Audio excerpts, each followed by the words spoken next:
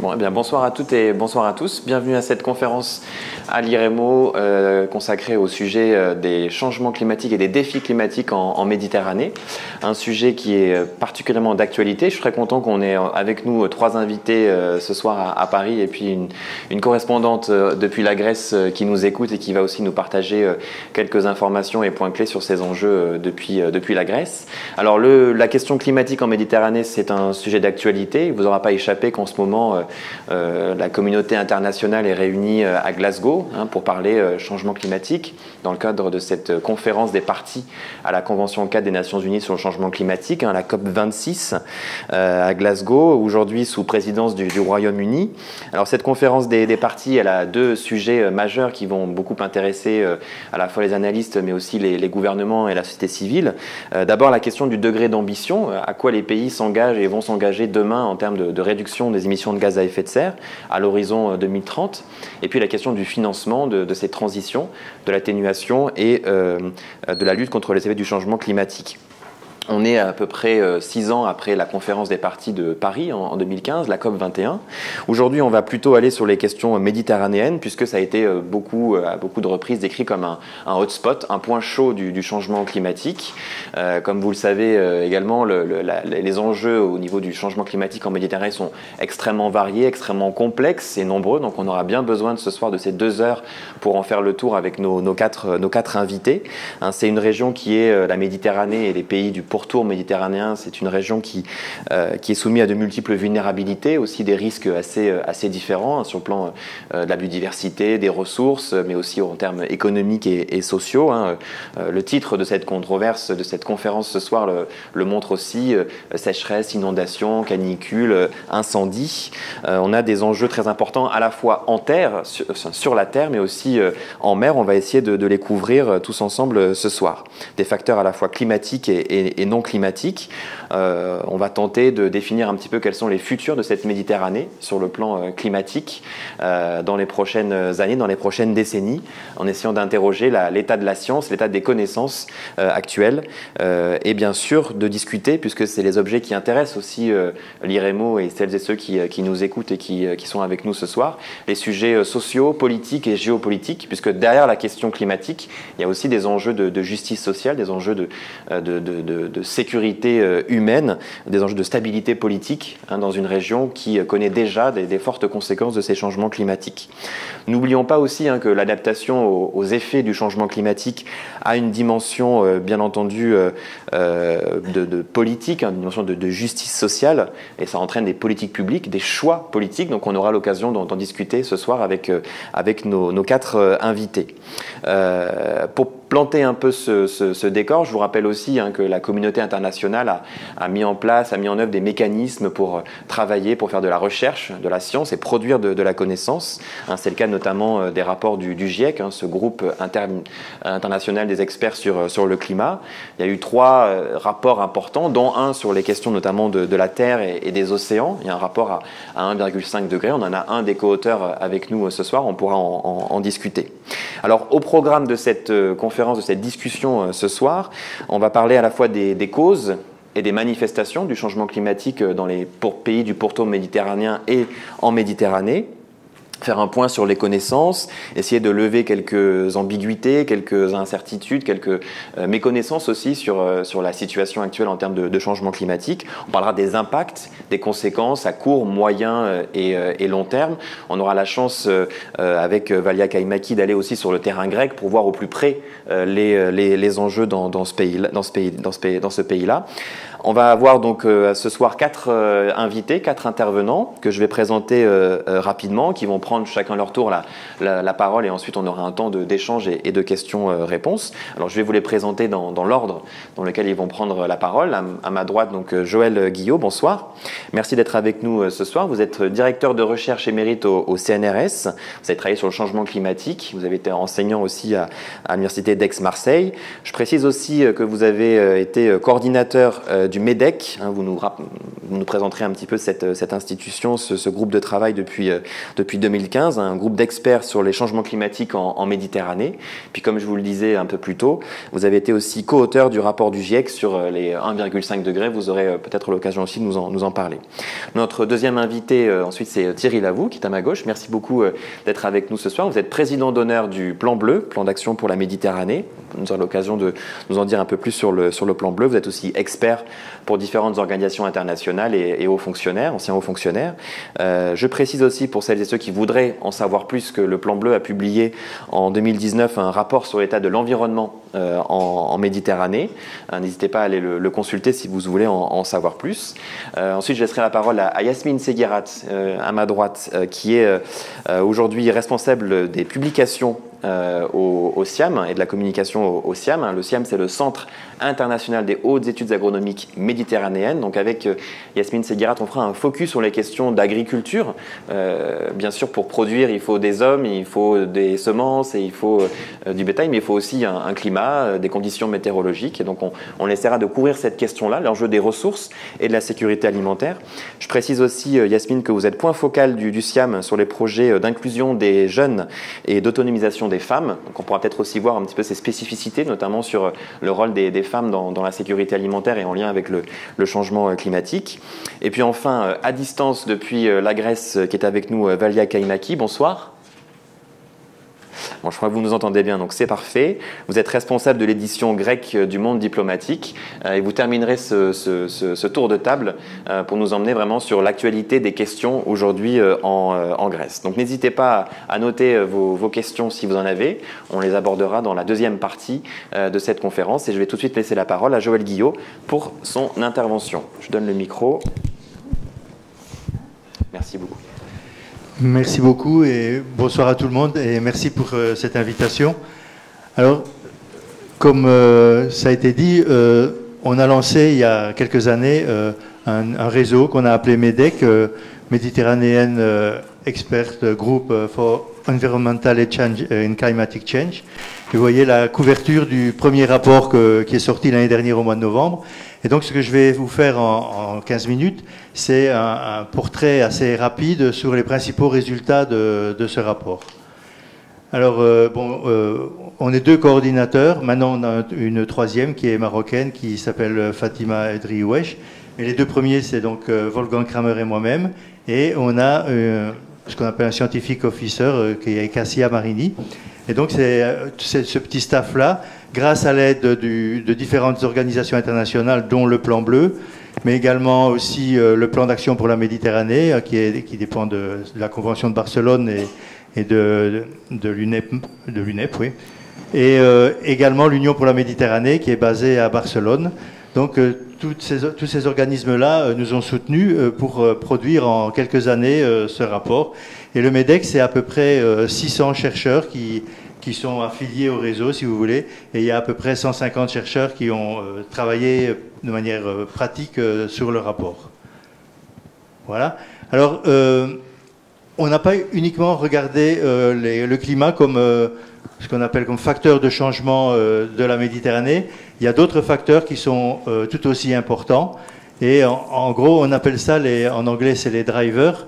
Et voilà, il y a 4 groupes de facteurs. Le premier, c'est évidemment le climat, avec la température, la précipitation, le rayonnement solaire, le vent, l'acidification de l'océan et l'élévation du niveau de la mer. On verra que c'est très important en Méditerranée. Mais il y a également, il ne faut pas l'oublier, toute la pollution de l'air, la pollution de la mer et la pollution des sols. Avec en particulier, on en parle de plus en plus, les plastiques, mais également les polluants émergents, les bactéries, tout ça participe un petit peu. Et la pollution, la Méditerranée, c'est une zone d'échange, c'est aussi une zone d'échange de la pollution. Les polluants voyagent par la mer et par l'air d'une rive à l'autre de la Méditerranée. Troisième groupe, c'est l'utilisation des sols. La Méditerranée est une région très peuplée, et donc il y a une artificialisation des sols qui est assez importante, et également une utilisation de la mer avec la problématique de la surpêche. Et beaucoup de gens habitent dans les villes en Méditerranée, donc il y a le phénomène d'urbanisation. Il y a aussi l'agriculture qui se développe de manière différente entre le nord et le sud, la dégradation des sols donc, et la surpêche, comme je le disais. Et puis le dernier facteur, c'est les espèces invasives, aussi bien sur terre que sur mer. Les poissons, avec l'ouverture du canal de Suez, il y a beaucoup d'organismes marins qui viennent de la mer Rouge et qui ont envahi la Méditerranée. Ils se sont d'abord installés dans l'est de la Méditerranée qui est plus chaude, mais avec le réchauffement climatique, eh bien, ils se sont trouvés aussi très bien à l'ouest, et donc maintenant ils ont envahi, toutes ces espèces ont envahi toute la Méditerranée. Évidemment, il y a aussi des espèces invasives sur Terre, ça inclut d'ailleurs les pestes. En gros, on parle de tropicalisation de la mer. Alors, premier facteur, la température. La température, on parle beaucoup justement dans la COP 26, et ça date en plus de la COP 21, qu'il faut essayer de limiter le réchauffement du climat à 2 degrés et si possible 1,5 degré. Donc ce degré et demi qui est ici, c'est par rapport au niveau pré-industriel. Mais on remarque qu'actuellement, si on a un réchauffement de l'ordre de 0,2 degrés à l'échelle du globe, en Méditerranée, on est à 0,3 degrés par décennie. Donc la Méditerranée se réchauffe, enfin la région méditerranéenne, ce n'est pas uniquement la mer, se réchauffe plus vite que le globe. Mais il n'y a pas que la Méditerranée qui se réchauffe plus vite. En général, les continents, un peu partout dans le monde, se réchauffent plus vite que les océans. Par contre, la mer Méditerranée, elle se réchauffe beaucoup plus vite que l'océan global. À l'ouest, on a un réchauffement de presque 0,3 degrés par décennie, et à l'est de 0,4 degrés. Donc, en fait, quand on dit que la Méditerranée, c'est un hotspot du réchauffement, c'est surtout la mer elle-même qui se réchauffe plus vite que l'océan global. Et les projections, bon, vous connaissez sans doute ce genre de graphique. On a 2 scénarios opposés. Le scénario en bleu ici, ça correspond à peu près à l'accord de Paris. Ça permettrait de ne pas dépasser le 1,5 degré et éventuellement le 2 degrés pour arriver, on appelle ça il y a une bosse, si vous voulez, qui peut se produire. On peut dépasser les 2 degrés dans le courant du XXIe siècle, à condition de revenir à 1,5 degré à la fin du siècle. Et en rouge ici, vous avez le scénario le plus chaud, qui nous ferait monter la région méditerranéenne à entre 4 et 6 degrés. Donc voilà le tableau. Ou bien la COP de Glasgow décide de faire tout pour rester sur ce scénario bleu, ou bien alors on sera quelque part entre les deux, parce que celui-là, il y a quand même maintenant un peu de chance qu'on aille dans cette direction-là, mais on pourrait très bien être vers un réchauffement de l'ordre de 3 degrés si on continue comme maintenant. Alors au niveau des précipitations, c'est beaucoup moins clair. En fait, vous voyez le scénario bleu, toujours le scénario optimiste. Il n'y a pas vraiment d'assèchement, il n'y a pas de diminution des précipitations. Par contre, on a une diminution des précipitations avec le scénario pessimiste. Alors, ça, c'est les précipitations annuelles. Et en Méditerranée, il y a une caractéristique importante, c'est que c'est l'été qui est la saison sèche. Eh bien, c'est l'été aussi qui va s'assécher le plus également. En gros, on ne voit pas forcément une diminution des précipitations en hiver, mais bien en été. Et donc, ça va avoir des conséquences très importantes pour tous les secteurs qui utilisent de l'eau pendant justement l'été, comme l'agriculture ou le tourisme également. En gros, on prévoit qu'on pourrait avoir une diminution de 10 à 30% des précipitations sur la Méditerranée. Alors, autre point, c'est l'augmentation du niveau de la mer. Grosso modo, le XXe siècle, on avait une augmentation de 1,35 mm par an, mais maintenant ça s'est accéléré et on est à 3,7 mm par an sur le XXIe siècle. Et en gros, depuis 1900, eh bien, on a une augmentation entre 15 et 25 cm. Et ici, vous avez les projections, de nouveau, scénarios optimistes et pessimistes. Eh bien, selon le scénario, eh bien, on va être à la fin du siècle entre 37 et 90 cm au-dessus du niveau de l'an 2000. Et on pourrait même avoir des surprises avec peut-être de faibles probabilités, mais ce n'est pas impossible qu'on dépasse le mètre. Alors, le problème avec la Méditerranée, c'est qu'il y a très peu de marées en Méditerranée et les gens ont pris l'habitude de construire tout près du niveau de l'eau. Et donc, c'est des zones qui sont très vulnérables. Et Venise en est un bon exemple. Hein. Alors, les risques sur l'eau et l'agriculture, je ne vais pas m'y étendre puisqu'on a une spécialiste ici, mais en gros, c'est essentiellement lié au fait qu'on aura de moins en moins d'eau et donc la production, la rentabilité de la production agricole va diminuer. Il y a des diminutions de recharge des eaux souterraines, la qualité de l'eau aussi qui diminue, et tout ça va créer des conflits entre les utilisateurs.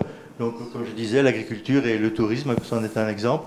Il y a dégradation des écosystèmes et aussi intrusion du sel dans les nappes phréatiques, justement en partie à cause de l'augmentation du niveau de la mer, mais également à cause de l'irrigation elle-même qui rend les terres de plus en plus salines.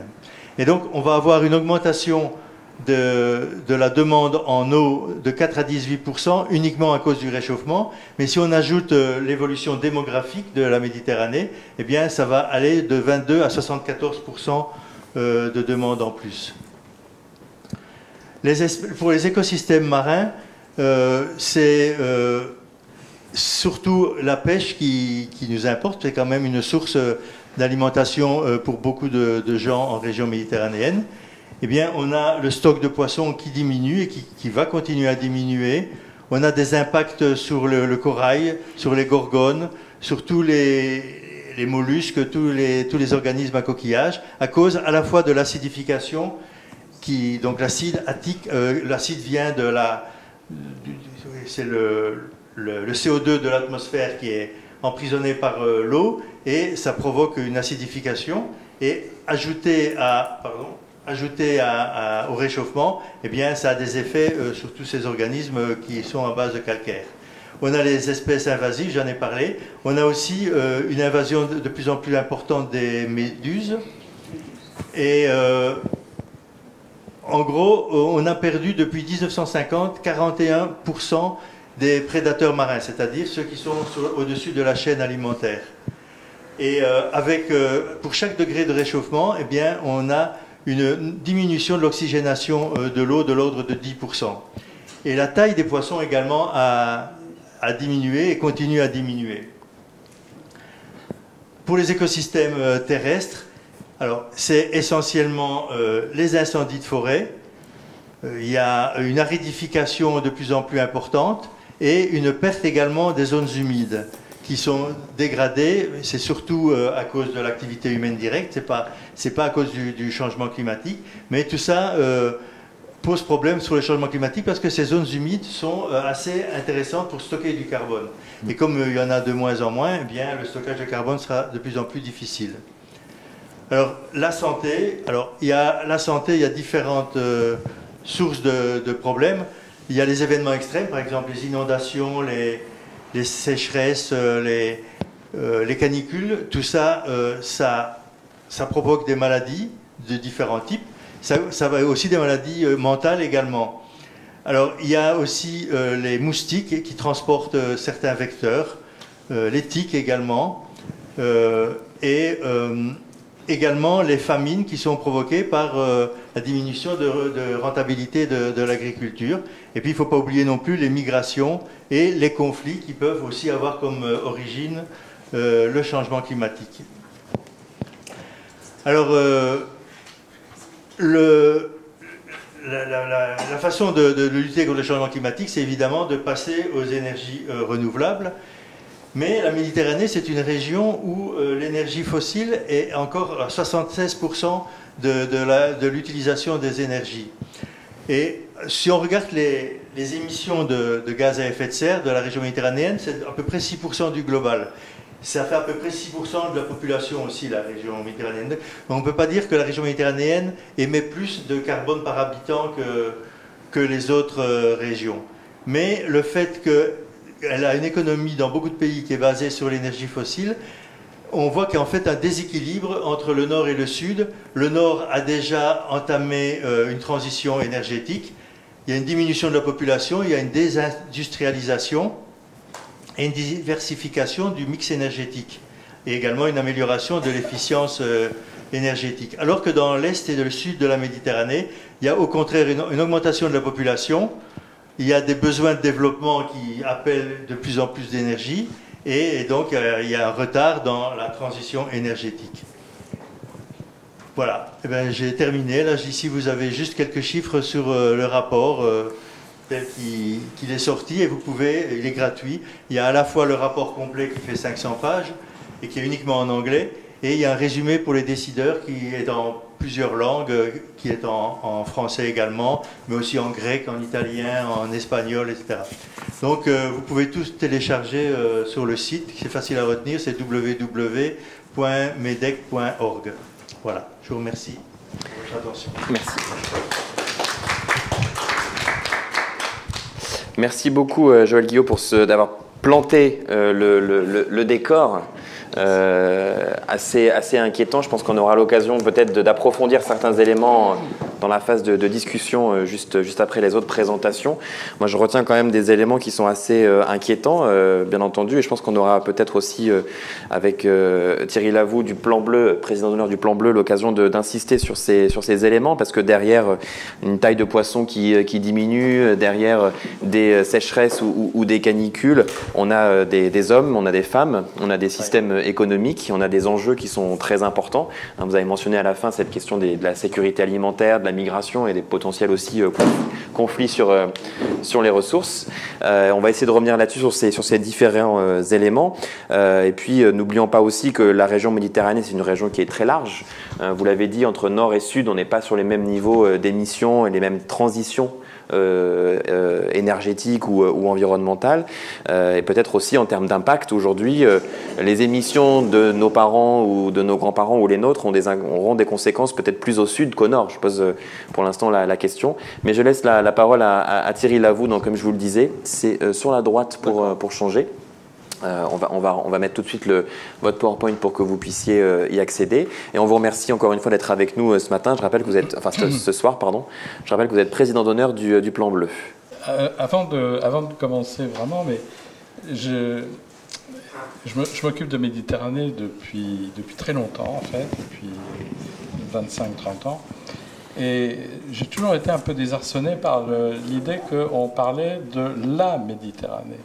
Pour moi, il y a des Méditerranées, à la fois des contrastes très importants, à la fois économiques. Je rappellerai que le PIB des pays de l'Union européenne, donc la rive nord, c'est autour de 35 à 38 000 dollars par habitant.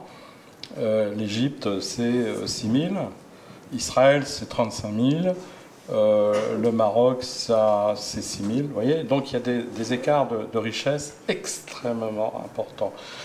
Et puis, il y a des écarts de perception, il y a des écarts dans les égalités, dans les inégalités sociales également. Les pays de la rive nord étant beaucoup plus, comment dirais-je, j'allais dire à la page, des normes d'acceptabilité sociale, ce qui n'est pas le cas de la rive sud et est. Bref, c'était simplement, mon introduction, c'était simplement pour vous faire remarquer qu'il est préférable de parler des Méditerranées, mais le changement climatique, mais d'autres sujets aussi, montrent qu'il y a des sujets qui intéressent tout le monde. Nous sommes en Méditerranée, l'ensemble des pays sont solidaires. Donc, de ce qu'a dit Joël Guillot, beaucoup de choses sont tout à fait... Enfin, ce qu'il a dit est évidemment très juste, très passionnant. Ce rapport du MEDEC a été remarquable. Il a attiré l'attention de beaucoup de pays, de beaucoup de chercheurs. Et en fait, moi, je me suis intéressé peut-être plutôt aux répercussions sur les sociétés. Il y a des événements, Joël Guillot en a parlé, des événements très importants, des inondations, des précipitations abondantes pendant la période estivale notamment, que nous connaissons en France, mais pas seulement en France. il y a eu notamment des événements, les épisodes Cévenol qui se succèdent et qui mettent en péril la capacité des stations d'épuration, les réseaux d'assainissement en littoral. Et donc vous avez un ensemble de phénomènes qui se produisent, qui désarçonnent complètement, y compris des pays comme les pays du nord de la Méditerranée, qui désarçonnent des villes, des agglomérations, qui sont incapables de faire face à de brusques événements. Et puis, il y a des phénomènes érosifs très importants. Donc, on a, si vous voulez, face à des événements comment dirais-je, de pluie abondante, d'inondations, on doit mettre en place des réponses qui permettent de faire en sorte que la population ne soit pas trop touchée. Et ça va être quelque chose qui s'inscrit dans une temporalité à la fois très, comment dirais-je, immédiate. Vous avez des événements, il faut y faire face. Vous êtes maire d'une commune, vous êtes président de région. Qu'est-ce que vous faites alors qu'il y a ce type d'événement qui se produit? En même temps, ça pose les questions d'environnement, c'est toujours à des temporalités différentes, parce que vous vous rendez bien compte que l'aménagement, ça interroge l'aménagement du territoire. Hein. Ça interroge le positionnement des stations d'épuration en bord de mer. Ça interroge plein de choses. Et ça, vous ne pouvez pas agir dans l'année qui vient, ou même dans les 3, 4, 5 ans. Donc il faut se projeter. La question du changement climatique oblige l'ensemble des populations et l'ensemble des décideurs à se projeter dans des pas de temps très différents selon les problèmes auxquels on fait face. Donc ça, c'est quelque chose qu'il faut vraiment retenir, selon moi. C'est vraiment cette question de déstabilisation, hein, la déstabilisation. Alors, il y a évidemment, en région méditerranéenne, Guillaume en a parlé, il y a évidemment la question de l'eau. Hein. Il y a un certain nombre de pays qui sont en état de stress hydrique extrêmement important. Donc problème, la capacité des populations, la capacité des décideurs à faire face à des événements brutaux, à des événements accidentels très importants. C'est aussi la capacité de secteurs d'activité qui dépendent étroitement des conditions environnementales. L'agriculture, je pense que Yasmine en parlera, mais il y a des pays qui ne pourront pas faire face très longtemps à des situations de pénurie. Vous avez des situations de ce qu'on appelle le stress hydrique, avec des exploitations non durables des ressources. Alors, bon, vous avez des pays, je les ai notés, l'Algérie par exemple, la Libye, qui sont dans des situations de stress hydrique très, très importants. Il n'y a guère que un certain nombre de pays de la rive nord de la Méditerranée, à l'exception du sud de l'Espagne, qui sont à peu près, je dirais, dans des situations relativement satisfaisantes. C'est très important cette question de stress hydrique, parce que ces pays qui sont en zone semi-aride ou aride utilisent l'eau pour l'irrigation, et sans irrigation, il n'y a des baisses de rendement très importantes ou quasiment pas de récolte, et par conséquent une dépendance très importante aux importations de céréales. Il y a 2 pays en Méditerranée qui sont indépendants du point de vue des céréales. Il n'y en a que 2, c'est la Croatie et c'est la France. Tous les autres pays importent des céréales. Donc c'est quand même quelque chose qu'il faut avoir dans un coin de la tête pour se rendre compte de la vulnérabilité. Et là, on parle bien de vulnérabilité. Donc, Yasmine parlera certainement beaucoup plus longuement des problèmes liés au nexus eau, agriculture, alimentation. On peut parler aussi du tourisme. On peut parler du tourisme parce que le tourisme, il est non seulement dépendant, on l'a vu récemment, des conditions de, comment dirais-je, de stabilité politique, mais il est aussi dépendant des capacités des touristes à supporter des chaleurs absolument épouvantables. Moi, il n'y a pas que moi, il y a beaucoup de gens qui se demandent si il y a des canicules qui durent un petit peu longtemps. Est-ce que le tourisme, à terme, ne va pas pâtir de conditions environnementales extrêmement pénibles et qui commenceraient à la saison touristique, vous voyez, mai-juin jusqu'en septembre. Donc ça pourrait être un facteur très important pour le tourisme, pour les touristes, de ne plus fréquenter la zone méditerranéenne, qui est une des zones les plus fréquentées au monde. J'avais une magnifique diapo voyez, 30% du tourisme mondial est en Méditerranée. 30%, c'est quand même très important. Et 7% de la population mondiale. Donc il y a ces phénomènes qui impactent l'urbanisme. Je vous en ai parlé à travers les réseaux d'assainissement, mais aussi à la disposition, à l'emplacement, à l'aménagement du territoire, qui va être évidemment très sévèrement impacté. Nous avons des pays qui n'ont pas assuré la transition démographique. Donc vous voyez, la transition démographique, c'est tous les pays qui sont à plus de 2, 5, 3 enfants par ménage, et donc qui sont dans des phases où la croissance de la dynamique des populations est extrêmement compliquée pour les capacités de charge du milieu, à la fois sur l'eau. Alors on y répond par le dessalement de l'eau de mer. L'Algérie, Israël sont, je crois, les deux pays qui sont en tête pour le dessalement d'eau de mer. Mais enfin, le dessalement, je rappelle que ça consomme une quantité d'énergie absolument considérable. Donc ça n'est pas non plus quelque chose qui est innocent pour les questions environnementales.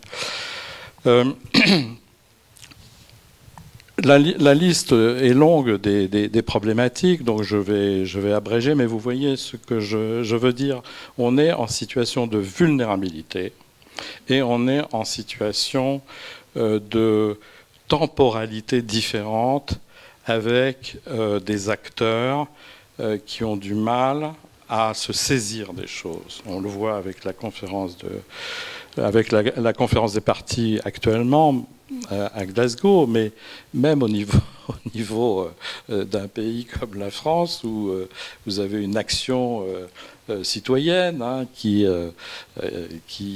a manifesté son mécontentement, et le Conseil d'État a condamné le gouvernement français. Enfin, l'État, c'est aussi le Conseil d'État. Enfin, bon, c'est un peu bizarre. Mais le Conseil d'État a jugé que la plainte d'associations environnementales était fondée, était recevable, et donc a condamné l'État français pour inaction. Pour une action insuffisante au regard des problématiques posées par le changement climatique. Donc on a un système d'acteurs, si vous voulez, qui est très complexe, et qui est complexe dans des pays entre guillemets démocratiques, enfin les nôtres en tout cas, et qui sont encore plus compliqués dans des pays où la société civile n'est pas conviée. Elle n'a pas le droit de s'exprimer. Il n'y a pas de presse libre. Il n'y a pas de possibilité de mettre les choses sur le tapis, de débattre et de construire un avenir commun, puisque là, on parle de changement climatique, on se projette sur 50 ans, 100 ans. Joël Guillot parlait tout à l'heure de qu'est-ce qui va se passer, l'élévation du niveau de la mer en 2100. Donc on est bien dans on se projette dans 80 ans, vous voyez. Et en même temps, donc toutes toutes les décisions que nous prenons aujourd'hui sont fondamentales pour l'avenir. Et moi, j'en retiendrai une particulièrement, c'est la question de l'aménagement du territoire. Où se trouvent les populations? Elles se trouvent dans des zones vulnérables. Et on ne peut pas concevoir à la fois un aménagement du territoire qui soit compatible avec la question sociale. Il faut trouver des logements, il faut que les gens puissent se loger, c'est évident. Hein, bon. Mais quand vous avez une population, quand vous avez des pays qui ne sont pas en transition démographique, la question du logement, elle impacte manifestement les zones agricoles. Les zones agricoles, elles sont artificialisées et on ne reviendra pas en arrière. Et donc on se condamne à la fois le régime des eaux, la nature des sols, la richesse de ces sols qui est condamnée. C'est un patrimoine invraisemblable. Donc vous avez, c'est très compliqué. Donc les gens qui disent « Yaka Faucon hein, dans la question du changement climatique, je pense qu'il faut vraiment les oublier. C'est quelque chose de... Il faut oublier le manichéisme, il faut vraiment réfléchir, et ça appelle une ouverture, me semble-t-il, une ouverture démocratique, une participation la plus large possible sur des faits scientifiques. Et ce qu'a fait le MEDEC hein, avec le plan bleu, le rapport que nous avons sorti, dont parlait Mathieu, il aide à prendre des décisions. Hein. Il y a des faits, il y a des diagnostics. C'est comme quand vous allez chez le médecin, où il vous fait faire une analyse de sang, et ensuite il dit bah, vous allez vous soigner parce que ça ne va pas très fort. Et ben, c'est un peu pareil en matière d'environnement. Il faut prendre des remèdes. Mais ces remèdes ne sont pas acceptés par tout le monde. Hein. Vous avez bien remarqué. Bon, je vais arrêter là.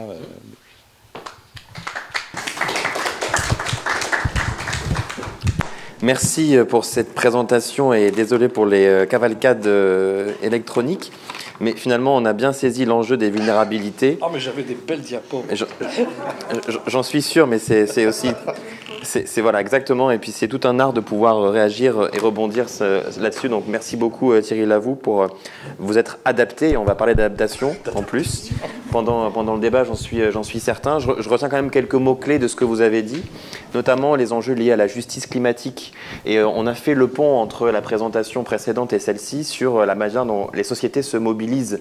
Et je crois que la dimension démocratique de la lutte contre les impacts du changement climatique, mais aussi la dimension démocratique de la diminution de nos émissions de gaz à effet de serre, c'est un élément qui est très important et qui est encore globalement peut-être laissé un peu de côté. Et j'en suis sûr qu'on aura l'occasion d'en discuter aussi avec Valia Kaimaki, avec l'exemple grec aussi qui fait face dès aujourd'hui à ces impacts et à ces conséquences du changement climatique.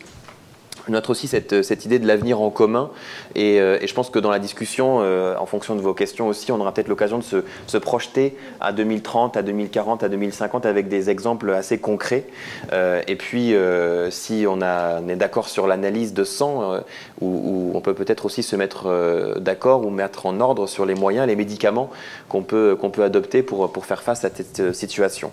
Donc sans attendre, je vais donner la parole à Yasmine Seguirat, qui, je le rappelle, est responsable des publications et de la communication au SIAM. Le SIAM qui est une organisation intergouvernementale méditerranéenne avec 13 États membres. Yasmine pourra en parler mieux que moi. On va faire avec Yasmine un état des lieux des questions qui sont liées à l'agriculture et à la sécurité alimentaire en Méditerranée et à l'usage des ressources. Thierry Lavoux l'a rappelé, aujourd'hui l'équilibre céréalier notamment, puisque dans Aïch c'est la vie, hein, le pain c'est la vie en Méditerranée, en particulier au sud de la Méditerranée. La question de l'accès à l'alimentation, la question de la sécurité alimentaire, c'est un élément extrêmement important sur le plan de la stabilité politique des pays.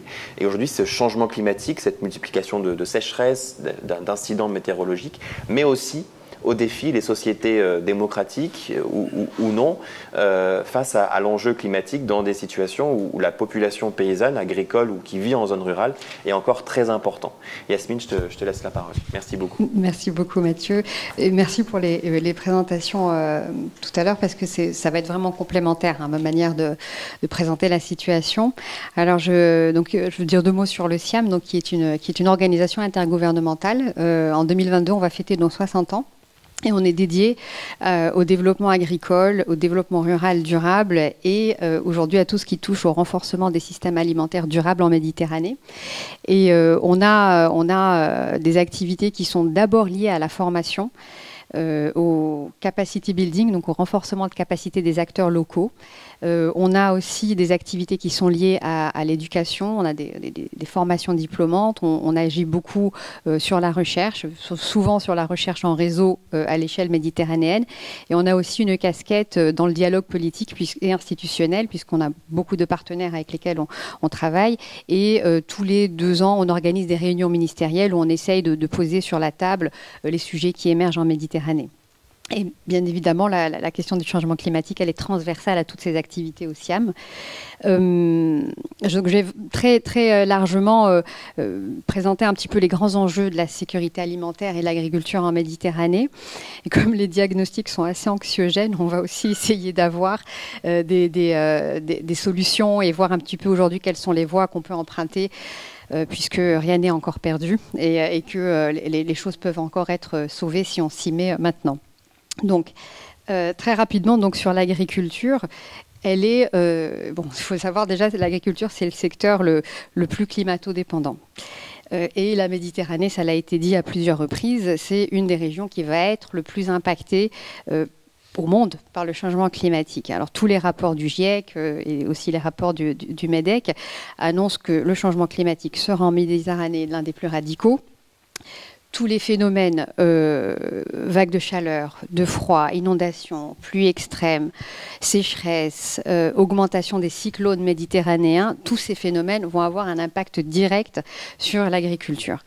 Alors avec un réchauffement entre 1 à 4 degrés, avec un régime pluviométrique qui est en baisse, avec des irrégularités extrêmes, la sécurité alimentaire de la région, elle va être impactée. Et pour les pays de la rive sud en particulier, dans un contexte de forte croissance de demande alimentaire. Sur une période de 50 ans, la population de l'Afrique du Nord et du Moyen-Orient, elle a été multipliée par 3,5, avec des habitudes alimentaires qui aujourd'hui sont très proches de celles du régime alimentaire occidental. Donc on a oublié la diète méditerranéenne, l'alimentation traditionnelle, et on va vers un régime alimentaire qui est très riche en viande. Ces tendances-là de consommation, elles ont une empreinte écologique et carbone et eau qui est très très importante et qui n'est pas durable. Pour toute une série de raisons, la plupart des pays de la rive sud de la Méditerranée, ça l'a été dit tout à l'heure, sont des grands importateurs alimentaires. Et on estime qu'à cause du changement climatique, leur dépendance alimentaire, qui est aujourd'hui plus ou moins estimée à 50%, elle va s'intensifier. Si la plupart des pays, en dépit de cette dépendance aux importations, en dépit aussi de leur vulnérabilité face aux perturbations du marché alimentaire et des marchés mondiaux, ces pays peuvent résister un temps à des chocs. Ça a été le cas par exemple pendant la crise du Covid, mais on pense qu'avec une aggravation de la récession économique, en particulier avec ce qui va arriver sur la période post-Covid, une période prolongée des perturbations sur la chaîne d'approvisionnement mondiale ou locale, et bien sûr avec les effets du changement climatique, la disponibilité et l'accès et la production de l'alimentation va être perturbée. Alors, tout récemment, la Banque mondiale a sorti une étude qui estime que l'insécurité alimentaire au Moyen-Orient et en Afrique du Nord, elle va devenir de plus en plus préoccupante, en particulier du fait de la pandémie et des conflits qui se prolongent. Et la faim va commencer à prendre de plus en plus d'ampleur. En 2020, alors que la région MENA, donc qui est le Moyen-Orient, Afrique du Nord, compte seulement pour 6% de la population mondiale, elle comprend aujourd'hui 20% de la population mondiale qui est en situation d'insécurité alimentaire. Dans ce pourcentage, bien sûr, il y a la situation de l'Irak, de la Syrie, du Liban, mais il apparaît aussi dans cette étude qu'à terme, le Maghreb et l'Égypte sont aussi menacés. Et la pandémie, par exemple, a aggravé la situation de pauvreté. On pense qu'il y aura 16 millions de personnes supplémentaires qui vont basculer dans l'extrême pauvreté, ce qui, bien sûr, aura un impact sur la sécurité alimentaire. Du côté des pays européens, toutes les projections sur le changement climatique et l'agriculture, elles ne sont pas aussi graves, mais à cause des changements climatiques, on prévoit que, bien sûr, les périodes sèches et le stress hydrique toucheront de plus en plus les régions du sud, de l'Espagne et de l'Italie. Ça va entraîner localement une baisse du rendement, ça l'a été dit plusieurs fois. Par exemple, la floraison précoce ou même l'insuffisance de la période de temps froid qui est vraiment nécessaire pour les arbres fruitiers, pour les vignes, aura un impact aussi sur le rendement. Pour les légumes, par exemple, comme les tomates, la disponibilité réduite de l'eau, ce sera le principal facteur limitant le rendement. Alors l'eau, ça me fait ma transition. L'agriculture, c'est le plus gros utilisateur d'eau. Quand on parle d'agriculture, ça revient à parler d'eau. En moyenne, dans le monde, 70% de l'eau douce est utilisée pour l'agriculture. Au Moyen-Orient, en Afrique du Nord, on est sur 85%. Contre à peu près 35% en Europe. Et ça l'a été dit aussi, les exigences en matière d'irrigation, elles vont augmenter du fait de la croissance démographique et de la hausse de la demande. Et ces exigences, elles vont être de plus en plus difficiles à être réalisées, puisque le changement climatique, il va provoquer aussi une hausse de l'évapotranspiration, il va provoquer une baisse des précipitations. Et ça a été dit dans les rapports, la région méditerranéenne devrait connaître une diminution sensible de la disponibilité en eau. On est entre 2 et 15% de baisse de disponibilité en eau douce pour une hausse de 2 degrés. Et c'est une des baisses les plus importantes au monde. Donc la situation en Méditerranée, elle est déjà préoccupante. Cette région, elle regroupe la moitié de la population mondiale qu'on appelle pauvre en eau. Donc c'est toute la population qui vit avec moins de 1000 mètres cubes par habitant et par an. Et on estime avec le changement climatique que cette partie de population qui est pauvre en eau va représenter plus de 250 millions de personnes dans les 20 prochaines années. Au Maghreb, les zones qui étaient autrefois semi-arides sont aujourd'hui arides. Le déficit pluviométrique, couplé avec la surexploitation des nappes phréatiques et toujours à destination de l'agriculture, va plonger ces pays dans un stress hydrique, plonge ces pays dans un stress hydrique. Ces problèmes d'eau, ils génèrent aujourd'hui des tensions très très fortes. À cause du manque d'accès à l'eau potable, il y a eu des mouvements de protestation ces dernières années en Algérie, en Tunisie, au Maroc. Et ces tensions, elles ont souvent aussi opposé des petits paysans aux grands exploitants agricoles qui captent une bonne partie de cette eau pour l'irrigation. Aujourd'hui, plusieurs bassins hydrauliques qui recueillent ces eaux de ruissellement sont aujourd'hui en déficit structurel dans ces pays. Et le renouvellement en eau, il n'est pas compensé par les prélèvements qui sont très très forts des agriculteurs pour irriguer des cultures maraîchères et fruitières. Alors, comme le soulève, j'ai un collègue, Omar Bessaoud, à Montpellier, qui faisait rappeler dans une de ses interventions qu'aujourd'hui, dans les marchés européens, vous allez trouver des pastèques qui viennent de la région du sud-est du Maroc à Zagora, qui consacrent une grande partie des réserves d'eau des barrages pour ces cultures, qui sont très très fortement consommatrices en eau. En gros, il faut 10 à 15 litres d'eau pour une pastèque. On est sur 12 000 mètres cubes d'eau à l'hectare qui sont affectés à la pastèque et en privant en même temps des populations d'eau potable. Ça veut dire qu'on exporte de l'eau virtuelle et qu'on assoiffe en même temps des populations. Je vous ai dit que c'était anxiogène.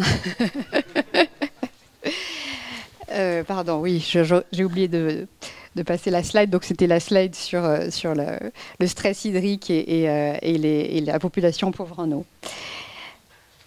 Dans la région méditerranéenne, il y a un autre facteur qui est celui de la dégradation des sols et l'érosion des sols.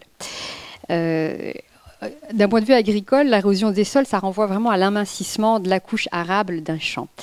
Et dans la région, la dégradation des sols est principalement liée à l'intensification de l'utilisation des terres agricoles, bien sûr à l'expansion de techniques de culture intensive qui vont entraîner l'érosion hydrique et éolienne, la salinisation, on l'a dit, et ça va entraîner aussi une perte de matière organique et des pertes permanentes du couvert végétal. Alors, les événements climatiques extrêmes, ils vont aggraver cette érosion, ce qui entraînera des pertes de production et la variabilité du rendement des cultures. Déjà, dans la région méditerranéenne, on sait qu'on a à peu près 8,3 millions d'hectares de terres arables, donc cultivables, qui ont été perdus depuis 1960. les États méditerranéens les plus touchés par cette baisse de surface cultivable, c'est la Palestine avec moins 68% et le Liban avec moins 62%. En Afrique du Nord, la question de l'érosion éolienne est très importante. Elle va aussi conduire à l'ensablement et la désertification. Alors, outre l'ensablement, le dérèglement climatique, il a des effets dévastateurs sur les activités oasiennes, donc les oasis, dont la survie repose sur les eaux souterraines, qui sont, elles, alimentées la plupart du temps par les neiges des montagnes. À titre d'exemple, au siècle dernier, le Maroc a perdu 2/3 de ses 14 millions de palmiers. Donc, des siècles durant, les oasis, elles ont vraiment été le foyer de concentration humaine, d'activités agricoles, d'un patrimoine culturel et architectural unique au monde, et avec des cycles de sécheresse de plus en plus fréquents. Et on assiste à une quasi-extinction des oasis, qui pourtant, en plus, ont un rôle très important dans la désertification. Donc, malgré l'aridité aussi de la région méditerranéenne, il y a un autre point important qui est l'érosion par l'eau. Et c'est un autre facteur de la dégradation des terres. Donc les averses violentes, les pluies torrentielles, sporadiques, de courte durée, qui sont additionnées à la très mauvaise gestion ou à une gestion inefficace des ressources foncières, vont contribuer à ces érosions des sols agricoles. Alors par exemple, les pratiques agricoles intensives, l'artificialisation des terres, les recours à un matériel agricole lourd, par exemple, sur des sols très fragiles, vont causer un tassement et imperméabiliser les sols.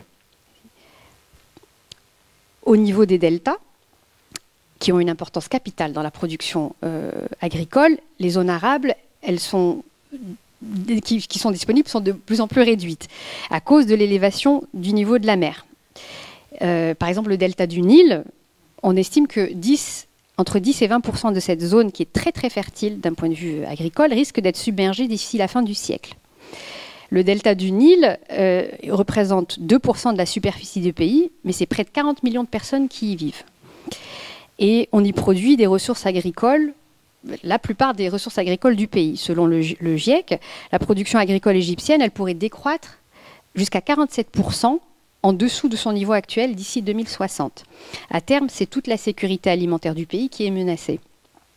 Alors on essaye aujourd'hui en Égypte d'avoir des barrières faites à partir de blocs de béton devant Alexandrie ou d'autres zones côtières des zones du delta. Elles ont pour but de freiner l'avancée de la mer dans les terres. Et on essaye aussi d'adapter les cultures. On essaye de revoir la carte des cultures. On va essayer de remplacer les cultures de riz qui sont très consommatrices et très gourmandes en eau par des cultures qui le sont moins, comme des fruits, des légumes ou même du coton. Mais il y a dans cette manière de repenser les cartes des cultures aussi des équations assez complexes, puisque par exemple, quand les cultures rizicoles, elles retiennent une partie du sel. Et les supprimer, ça pose un autre problème. Ça aggrave la salinisation des terres. Je vais aller très... je suis dans les temps ou ça va l'agriculture, je vais aussi aborder la question du changement climatique sur la pêche et l'aquaculture. Donc depuis des millénaires, la pêche...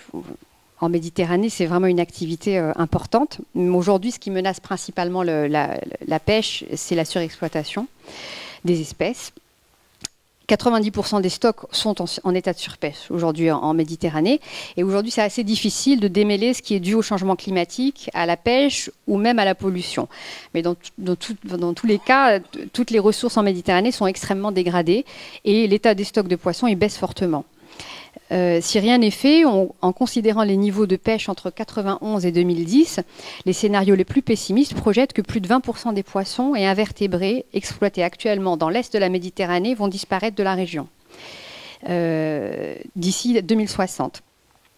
Il y a un autre phénomène assez intéressant, ça a été dit, c'est que la hausse de température de l'eau, elle va favoriser l'arrivée de nouvelles espèces.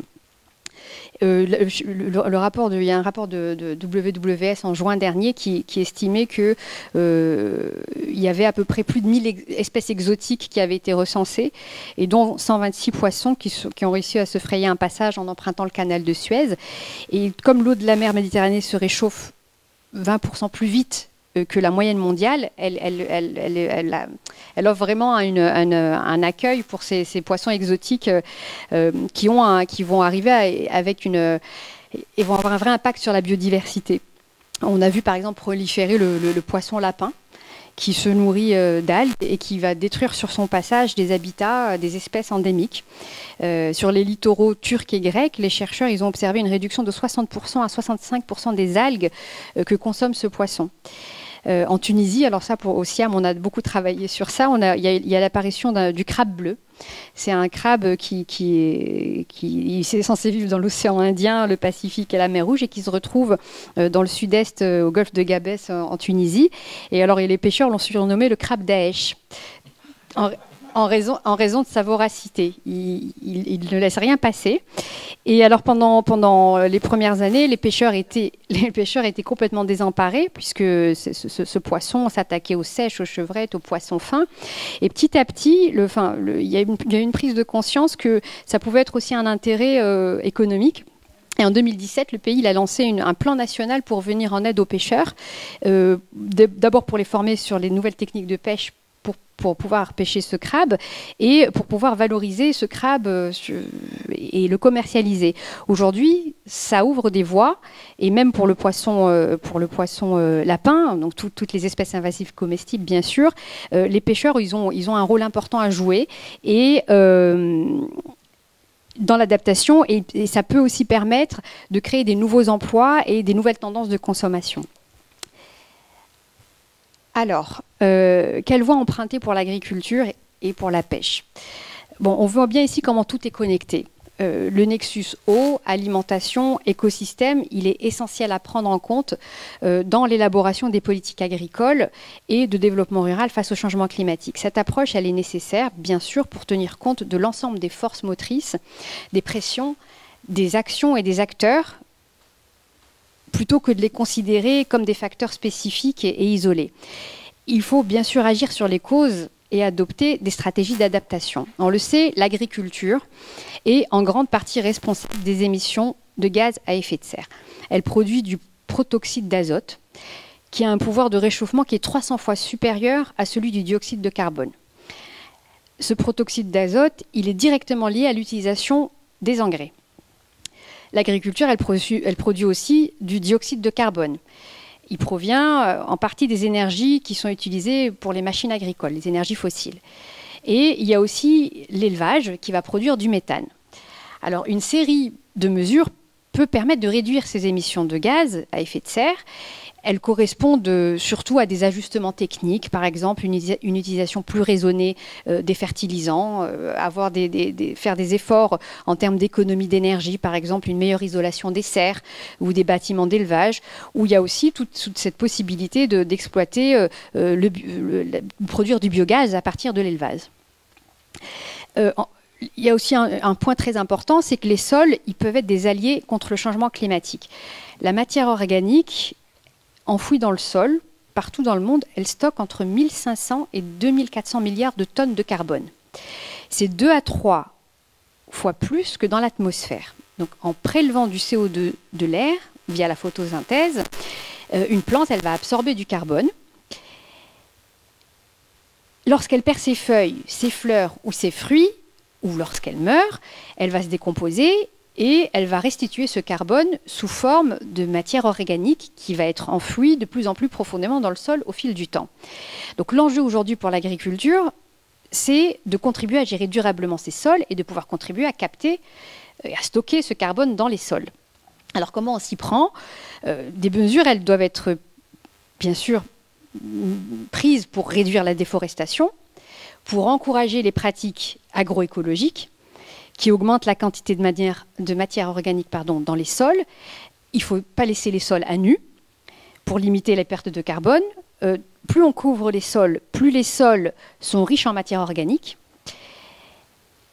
Il faut nourrir les sols de fumier, de compost. Il faut restaurer les cultures, les pâturages. Il faut restaurer les forêts qu'on dégrade et planter des arbres et des légumineuses, par exemple, parce qu'elles ont la capacité à fixer en plus l'azote dans le sol. Pour limiter la vulnérabilité de l'agriculture au changement climatique, il y a aussi plusieurs voies d'adaptation qui peuvent être envisagées. Et il y a une voie, nous on travaille beaucoup dans la recherche et avec nos jeunes chercheurs et doctorants, il y a tout le volet de la recherche génétique. Elle consiste à trouver des stratégies d'évitement ou de tolérance, éviter que, par exemple, les stades les plus sensibles d'une culture ne tombent en même temps que les conditions météorologiques les plus défavorables, ou encore essayer d'introduire des grains de variétés plus précoces qui pourront se développer dans des conditions plus tempérées. Il y a aussi des stratégies qui visent à limiter la sensibilité des plantes aux conditions défavorables. On va travailler sur l'amélioration à l'accès des ressources. Par exemple, favoriser un système de racines plus profond qui va être capable de capter de l'eau en grande quantité.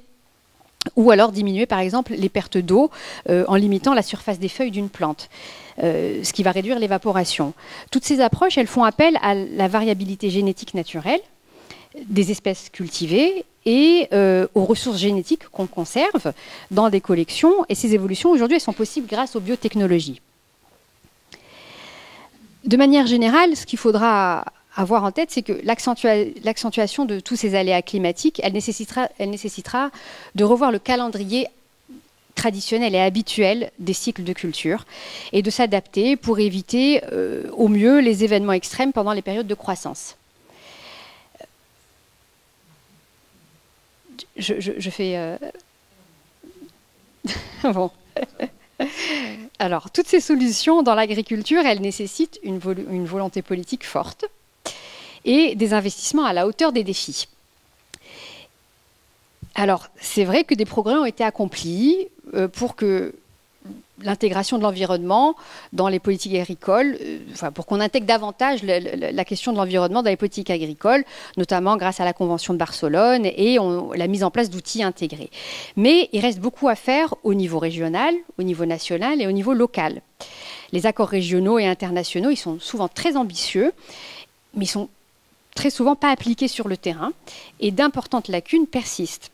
Alors, pour les pays de la rive sud de la Méditerranée, ces 30 dernières années, ces pays ont d'abord été engagés et ont d'abord mené des programmes agricoles qui sont vraiment marqués par une emprise de l'État, qui a donné lieu à un ensemble de mesures de soutien à la production et au prix agricole, des subventions aux produits alimentaires, et tout ça pour favoriser la sécurité alimentaire. Je dis, la question de la sécurité alimentaire est très prégnante et importante.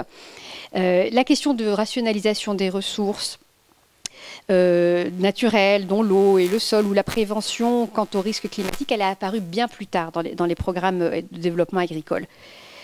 Aujourd'hui, dans ces pays, vous avez des plans pour le climat qui sont proposés et clairement indiqués qu'il faut renforcer la gestion durable des ressources, de lutter contre la désertification, la déforestation, réduire les pollutions. Il y a même des dispositifs juridiques, institutionnels, économiques qui sont mis en œuvre. Vous avez des lois, des documents stratégiques, des règlements. Il y a des observatoires sur le changement climatique qui ont été créés. On a des stratégies nationales, mais sur le plan opérationnel, les actions, elles piétinent. Et une raison à ces piétinements, c'est qu'on passe souvent aussi à côté d'une majorité de petits agriculteurs et de paysans qui passent complètement à travers les mailles des programmes ou qui n'ont pas accès à certaines innovations, à certains financements pour pouvoir verdir leur agriculture. Les limites, elles se trouvent aussi dans la siloisation des politiques. Donc on travaille en silo, on adopte des approches sectorielles. Il y a un manque aussi de ressources financières et un manque d'expertise et de compétences localement. Aujourd'hui, les fonds verts existent. On peut bénéficier de dispositifs, mais souvent, la compétence localement n'existe pas pour pouvoir candidater et pour pouvoir bénéficier de ces fonds et de ces dispositifs. Alors, les actions, elles piétinent aussi parce que la plupart de ces pays, donc je l'ai dit, ont besoin de produire beaucoup, plus et vite. Et donc, nourrir tout le monde, ça reste un défi continu.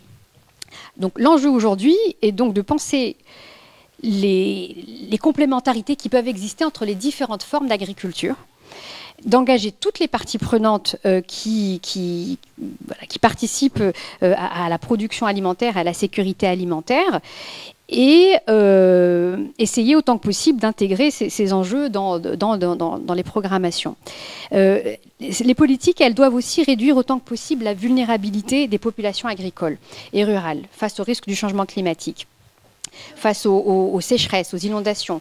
Les politiques, elles doivent intégrer des assurances agricoles, des plans d'assistance, des politiques pour financer la recherche, pour mieux comprendre la résilience de l'agriculture face au changement climatique. Oui. Ah, pardon. On va encore faire un détour par la Grèce en plus.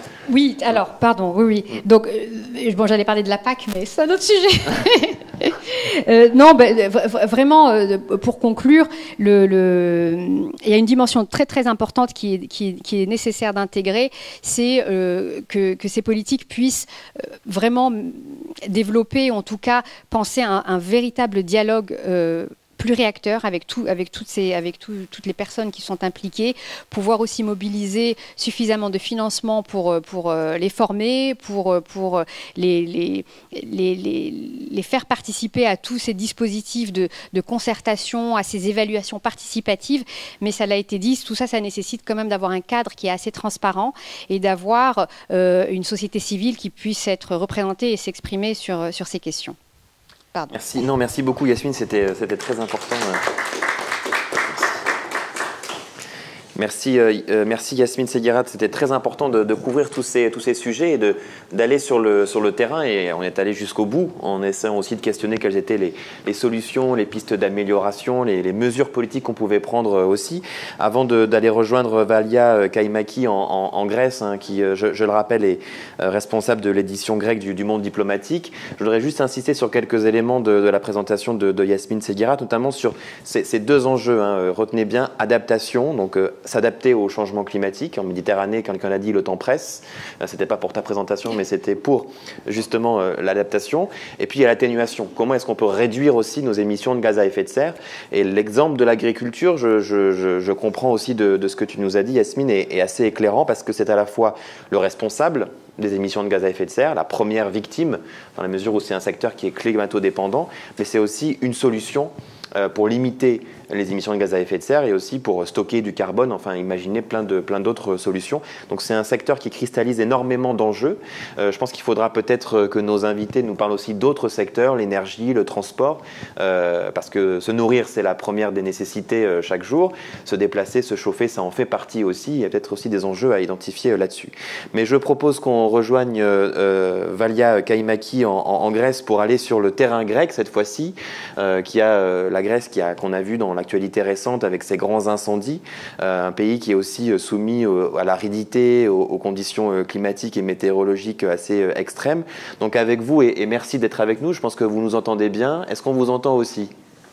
Oui, est-ce que vous m'entendez, vous ? Parfaitement, très bien, c'est parfait. Donc je vais vous laisser nous amener sur le terrain grec et nous partager aussi quelques enjeux, peut-être aussi aller sur la question politique, hein, puisque c'est un sujet qui vous anime. Et je vous laisse la parole pendant une quinzaine de minutes. D'accord. Alors, moi, je voudrais quand même poser une interrogation sur la table avant de vraiment commencer. C'est que pourquoi les COP se passent à Glasgow?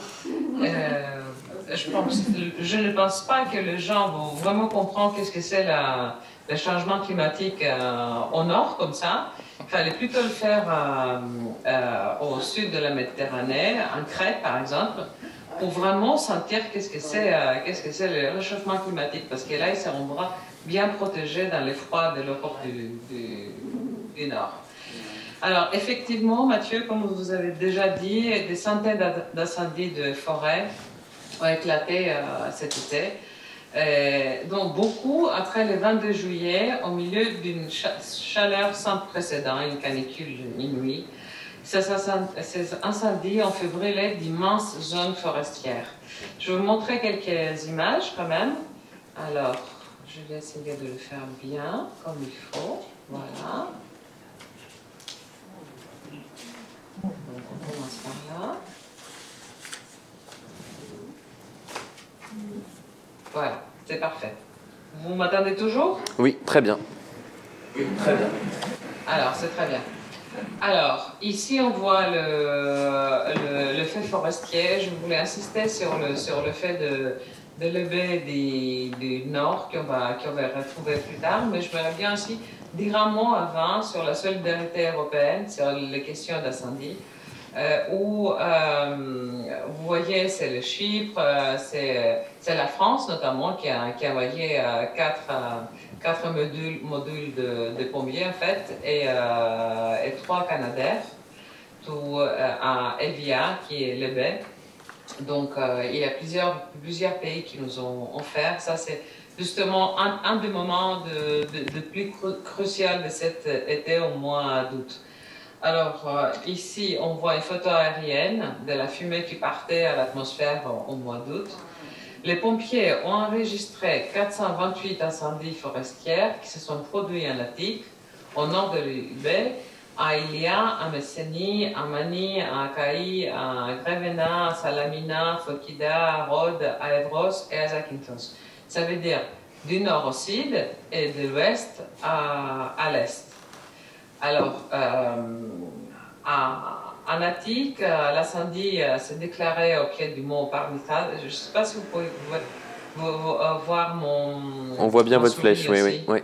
J'ai sur l'écran, d'accord. Alors, c'était par là et c'est propagé vers Varimobi, qui est vers le haut, et Tatoi, qui est ces régions ici. Alors, à Tatoi, plus particulièrement, se trouvait le palais de l'ex-monarchie en Grèce. À le départ, le monarque a réussi à exporter clandestinement une partie des trésors appartenant à l'ex-royaume, qui a été, ça c'est un fait historique que je m'aurais partagé avec vous, qui a été transformé en démocratie par un référendum organisé par la dictature de colonel quelques mois seulement avant la chute du régime. Mais à Tatoi, là-bas alors, il restait encore plusieurs pièces remplies d'œuvres d'art et d'autres objets précieux, comme des antiquités, des meubles, des livres, des magazines, des bouteilles de vin, plein de choses. Pendant l'incendie, un conteneur a brûlé, et même si le ministère de la Culture nie l'existence des artefacts là-dedans, l'opposition insiste sur le contraire.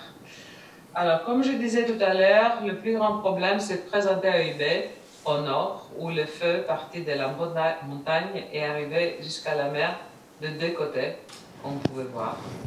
Une catastrophe énorme.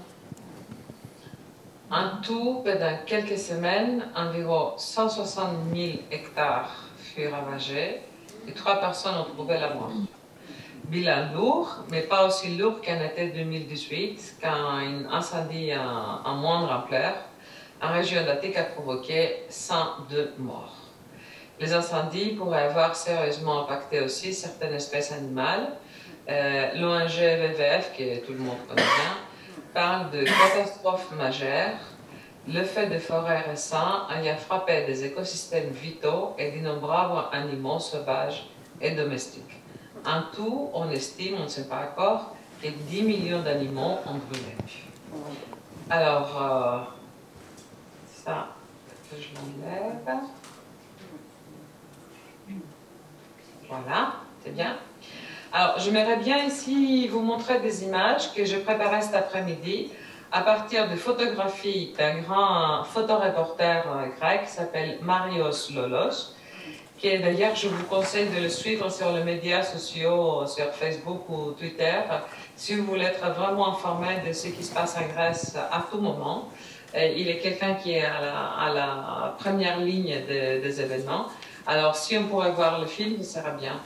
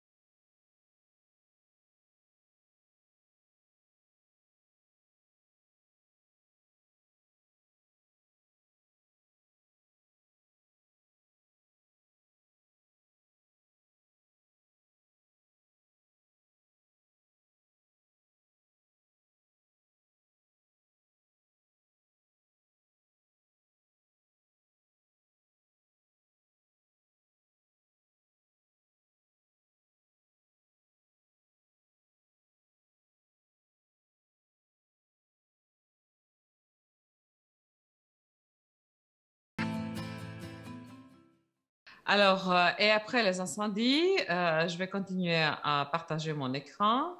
Alors, après les incendies, évidemment, il y a eu des inondations. Et je vous montre, hop, je vais pas. Voilà, je vous montre cette scène. Et ça, c'est un plein Athènes, un plein centre d'Athènes, une école.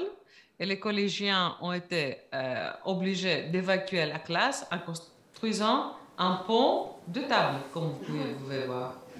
Ici, c'est le professeur probablement qui essaie de sortir sur des tables de chaises. Alors, oui, je reviens. Excuse-moi, c'est pas très facile. Alors, à la suite de ces incendies, on a évidemment parlé de la part de la responsabilité qui revient à l'État. Les autorités ont été critiquées pour la faiblesse des moyens de lutte contre les incendies, en raison de politiques d'austérité menée pendant la crise économique. Le budget alloué aux pompiers est passé de 452 millions d'euros en 2009 à 354 millions en 2017. Mais il y a eu aussi une également assez large sur les effets du réchauffement climatique. Il faut vous dire quand même que la Grèce, à la fin du 19e siècle, était couverte de 70% de forêt. Alors, en 1964, c'était seulement 19%. Et ça, c'était dû surtout à l'activité humaine au réchauffement climatique. Mais avec beaucoup d'efforts, jusqu'à 2018, on a réussi à arriver à 31,7%. Mais maintenant, après cet été, ce pourcentage est encore tombé assez bas. Du coup, alors, plusieurs études ont été conduites, dont une très récente qui date de quelques semaines, ou peut-être jours, début octobre, qui montre des effets à qui les pays devra faire face si le réchauffement climatique n'est pas adressé. Voyons ensemble quelques données. Je fais encore les allers-retours. Voilà.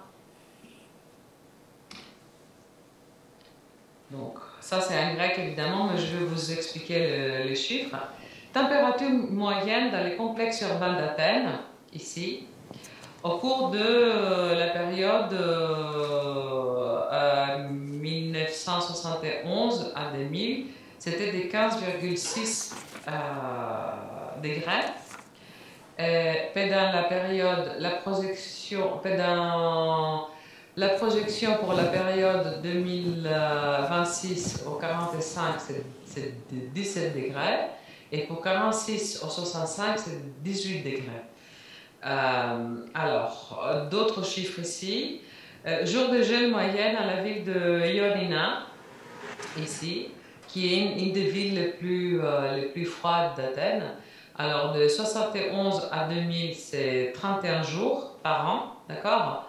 Et les projections pour la période 46-65, selon le scénario le plus optimiste, est 19, ou selon le scénario le moins optimiste ou le plus pessimiste, c'est 5 jours. Il y aura, si on continue comme ça, jusqu'à 2050, il y aura 15 ou 20 jours, 15 à 20 jours de plus de canicules par an. Il y aura 10 à 30% moins de pluie et il y aura 15 à 70% plus de jours à haut risque d'incendie. Alors, de ce que...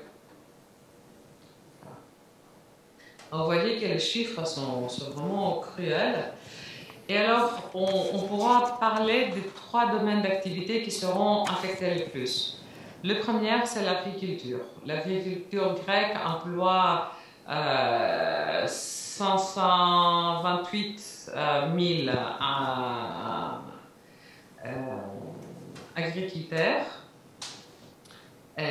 soit 12% de la main-d'œuvre totale. Mais ils ne produisent que le 3,6% du PIB national.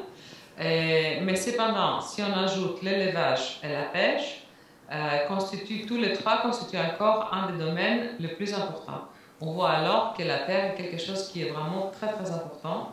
Et c'est surtout parce que la Grèce n'a jamais développé vraiment le secteur secondaire et qu'elle est passée directement au secteur tertiaire, le service, dont le plus grand domaine, c'est le tourisme. Le tourisme aussi sera affecté. Alors, pour faire face au changement climatique, la Grèce devra adapter la nature de ses produits, si on reste à l'agriculture, je veux dire, surtout aux régions qui seront les plus affectées, au sud, comme par exemple la Crète, mais elle devra également miser sur les nouvelles technologies comme les capteurs au sol, les GPS et les outils de télédétection de production. Le tourisme devra aussi s'adapter en misant sur les nouveaux bâtiments intelligents, changeant les modèles énergétiques et faisant des provisions pour les périodes de sécheresse. Dernier point, il faut des changements sur le mode de vie dans les grandes villes, surtout Athènes. Comme on a vu, la température sera vraiment élevée si on continue comme ça. Et dans les grandes villes, un tel niveau de hausse, ça rend les villes invivables. Pour la capitale du pays, les changements climatiques pourraient entraîner une hausse de température jusqu'à 10 degrés de ce que nous disent les scientifiques. Alors la pression sur la ville et ses habitats sera énorme. Il faudra aussi mentionner quand même, c'est un bon côté, que la Grèce contribue peu à l'effet de serre. Seulement 0,18% des émissions mondiales. Au moment où sa population est le 0,13% de la population mondiale, alors il y a encore un décalage qu'il faut quand même adresser, qui nous appartient. En 2019, la Grèce a émis 20% des gaz à effet de serre, en moins qu'en 1990 quand même. Dans 10 ans, une différence de moins de 20%, ce qui montre quand même que c'est faisable. Bon, une grande partie de cette réduction est due à la crise économique. Mais une autre partie peut être attribuée à l'augmentation rapide du rôle des sources d'énergie renouvelables dans le mix énergétique du pays. Notre pays présente la 6e meilleure performance au monde en termes de pourcentage d'énergie produite par ces énergies renouvelables. Alors, c'est qui est un bon pas vers quelque chose de plus viable. Je ne voulais pas insister beaucoup plus sur mon discours. Je préfère prendre des questions plus tard. Je vous remercie. Merci beaucoup. Merci Valia Kaimaki pour ce portrait toujours un petit peu anxiogène, mais vous finissez à la fin par une touche positive et optimiste sur certains enjeux et certaines possibilités. Donc on va essayer maintenant de discuter un petit peu toutes ces questions qu'on a commencé à aborder. Je me tourne vers la salle si vous avez des questions. Moi j'en ai plusieurs à adresser à nos panélistes. Est-ce qu'il y en a une? Oui. Oui, j'ai une question par rapport aux énergies renouvelables, justement. Je prends un exemple, par exemple, les stations Nour qu'il y a au Maroc. Je prends un exemple aussi, la tentative de vente aussi de l'électricité de Nour aux Anglais ou d'autres projets qui commencent à se faire. Alors, je ne sais pas très bien pour le reste, pour la Grèce, qu'en est-il pour les autres pays? On peut parler du Liban, etc., qui sont aussi en Méditerranée. Mais est-ce que ça peut jouer un rôle justement dans cette atténuation? Et à quel point les politiques sont prêts à investir dans ce genre de projets en général qui peuvent peut-être atténuer les coûts? Il y a aussi des exemples aussi de gaz, d'essayer d'utiliser d'autres formes de ressources pour les transports, milieu dont on n'a pas trop parlé. Voilà. Merci pour cette question et ça me permet de la précéder d'une autre. Là, on est en train de chercher les solutions en termes d'atténuation et d'adaptation, mais est-ce que, Joël, Guillaume, peut-être vous pouvez nous dire un petit peu les secteurs de l'énergie, du transport, en quoi est-ce qu'ils sont aussi, ou Thierry Lavoux, émetteurs, et comment est-ce qu'on a aussi, parce qu'on a beaucoup parlé d'agriculture, je ne voudrais pas qu'on mette juste le poids de la charge sur nos amis agriculteurs et agricultrices, mais qu'on peut-être regarde aussi les autres secteurs. Est-ce qu'on peut commencer par faire ce petit tour avant de parler justement énergie renouvelable, l'exemple de nous au Maroc ou d'autres? On a des chiffres qui sont très parlants. En fait, c'est la production d'électricité qui est majoritairement productrice de gaz à effet de serre, puisque sur la rive sud, par exemple, aujourd'hui, j'ai quelques chiffres, le Maroc, puisque vous en parliez, 84% de l'électricité, ça vient de combustibles fossiles. Bon. L'Algérie, c'est 98%, la Tunisie, c'est 94%, l'Égypte, c'est 90%, Israël 93, la Turquie 90. Voilà où on en est aujourd'hui en 2020. Alors il y a une prospective qui a été faite là récemment, un rapport très intéressant par des économistes qui ont réfléchi à une prospective à 2030 et 2050 sur les perspectives de l'économie bleue. Est-ce que l'économie bleue, si on applique un certain nombre de paramètres, cette question de production de CO2 va pouvoir s'infléchir, dit ce rapport. Et par exemple, puisqu'on parlait du Maroc, on arrive avec une substitution ENR, donc énergie renouvelable, on arrive à simplement 17% de production basée sur du fioul, l'électricité basée sur des fossiles en 2050. En Algérie, c'est 45%. En Tunisie, c'est 35%. En Égypte, c'est 40%. Vous voyez, il y a des diminutions importantes, d'un facteur 2 parfois, et même plus. Bon. Et si on examine la situation au niveau européen, on a des choses très contrastées. La France est le pays qui a une structure complètement déformée par rapport à ses petits camarades. On a les gaz à effet de serre venant de l'électricité, c'est 5%. Donc ces 5%, c'est le programme nucléaire des années 70. Bon. Et le premier émetteur en France, c'est les transports, 28%. Voilà. Non, le résidentiel, c'est 13% simplement. C'est l'énergie et l'agriculture. Transport, énergie, agriculture, industrie, agriculture, industrie, agriculture, qui sont les 3 premiers postes en France. Bon. Et la structure Union européenne est également différente.